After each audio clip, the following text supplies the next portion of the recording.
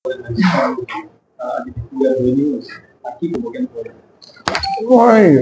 ভিতৰি যে মানুহ যে ইমান হিমন্ত বিশ্ব শৰ্মাক বেয়া পাই আছে সেই কথাখিনি গুৱাহাটীত বহি থাকিলে গম পোৱা নাযায়। যিমানে আপুনি মাটিত নামিব, যিমানে আপুনি ঘাঁহত ভৰি দিব, সিমানেই আমাৰ কেঁচা মাটিয়ে সেই কথাবিলাক বাস্তৱ যেন লাগি হিমন্ত বিশ্ব শৰ্মাক যিখিনি বেয়া কাম সেইবিলাক যে ৰাইজে যে ভিতৰত ৰাখি থৈছে বিস্ফোৰণ হোৱা অৱস্থা, এইবিলাক কথা বতৰাই প্ৰমাণ কৰে। আজি মই ইয়াত কেৱল চাহ একাপ খাবলৈ সোমাবলৈ আহিম, তাকো মই আপোনাৰ এই নলবাৰীৰ পৰা আমি কৈছিলো এই সময়খিনিত ঘৰৰ কাম কাজ খাতি কৰি থৈ মহিলাসকল আহিছে, কম জাল যন্ত্ৰণাৰ কাৰণে অহা নাই। কাৰণ তেওঁলোকে আহিছে যে হিমন্ত বিশ্ব শৰ্মা ডাঙৰীয়াই কাক অপমান কৰা নাই। এজন জনজাতি শিক্ষকক মাতি আনি ৰাজহুৱাকে তিৰস্কাৰ কৰা, সেই ঘৈণীয়েকলৈ ফোন কৰা, সেই কথা বতৰাবিলাক প্ৰতিজন জনজাতি মানুহৰ বুকুত সোমাই আছে, কেৱল সময়লৈ বাট চাই আছে। অকল এইটোৱে নহয়, বিভিন্ন অফিচাৰক ঐ ডিচি কৈ যিটো মাতিছে, সেই কথা বতৰাবিলাকৰ মানুহৰ ক্ষোভ, অফিচাৰবিলাকৰ ক্ষোভ। চবৰে এটা আত্মসন্মান আছে। আমি বিধায়ক MLA গণতান্ত্ৰিক প্ৰক্ৰিয়াত হ'ব পাৰোঁ, কিন্তু সেইজনটো বহুত পঢ়া শুনা কৰি IAS অফিচাৰ হৈছে। হ'ব পাৰে তেওঁলোকে হিমন্ত বিশ্ব শৰ্মাৰ কথা দিতে উত্তৰ নিদিব পাৰে, কিন্তু ভিতৰি ক্ষোভ আছে।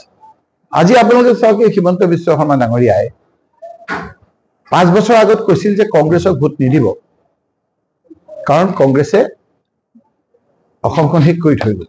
কি শেষ কৰি থৈ গ'ল?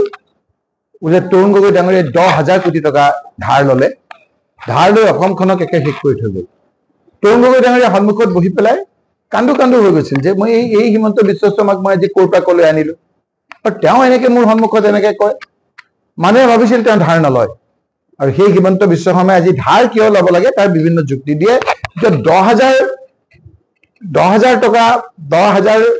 কোটি টকা ধাৰ লওঁতে হুলস্থুল লগাইছিল, আজি 1,50,000 কোটি টকাতকৈ বেছি ধাৰ ঘূৰোৱা কৰিছে।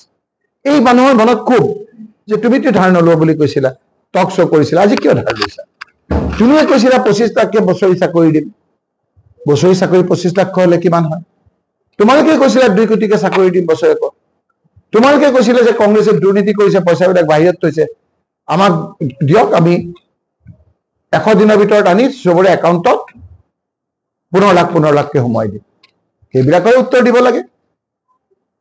গুৱাহাটীত যদি আগতে 5 জেগাত পানী হৈছিল, এতিয়া 50টা জেগাত পানী হয়। সেইবিলাকো কয়, সেইবিলাকৰ উত্তৰ নিদিয়ে।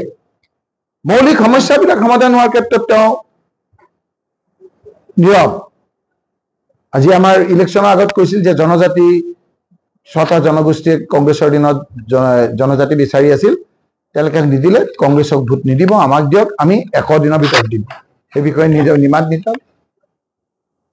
টি গাৰ্ডেনক ক'লে যে টি গাৰ্ডেনৰ মানুহক কৰ্মচাৰীক ক'লে যে হাজিৰা আপোনালোকে পোৱা নাই, কংগ্ৰেছে দিয়া নাই, আমি 351 টকা দিম 10 বছৰ আগত। এতিয়াতো 500 টকা দিলেও আপোনাৰ মানুহে কাম নকৰে। 351 টকাও নিদিলে। টি গাৰ্ডেনৰ মানুহক ঠগালে, জনজাতি মানুহক ঠগালে। জনজাতি এজন মানুহক বিজেপিৰে অঁতৰাই পেলাই তেওঁ জোৰ কৰি বহি ল'লে। কোচ ৰাজবংশী লোকসকলক ঠগালে। বঙালী হিন্দু মানুহৰ এজন মন্ত্ৰী নাই, যিসকলে ইমান ভোট দিলে। আজি আমাৰ ব্ৰহ্মপুত্ৰ ভিলেজ এজন মন্ত্ৰী নাই। এই সমস্যাবিলাক মানুহৰ খুব হৈছে। এতিয়া সকলোতকৈ চিন্তিত কথা হৈছে যে শিক্ষাৰ ক্ষেত্ৰত তলৰ পৰা 2 নম্বৰলৈ হৈছে। বৰ চিন্তনীয় কথা হৈ পৰিছে। স্কুলবিলাক 6,000-7,000 স্কুল বন্ধ কৰিলে, হাজাৰ মদৰ দোকান খুলি দিলে। সেইবিলাক কথা শুনিবলৈ যায়। মোৰ লখিমী কেইজনীয়ে ইমান বেছিকৈ গাখীৰ দিয়ে, মনটো একেবাৰে ভাল লাগি যায়। বিয়মৰ দানা খোৱাৰ পৰা মই বেছিকৈ লাভৱান হৈছোঁ। আপোনালোকেও বিয়মৰ দানা খুৱাওক আৰু এইটো বেছিকৈ লাভ কৰক।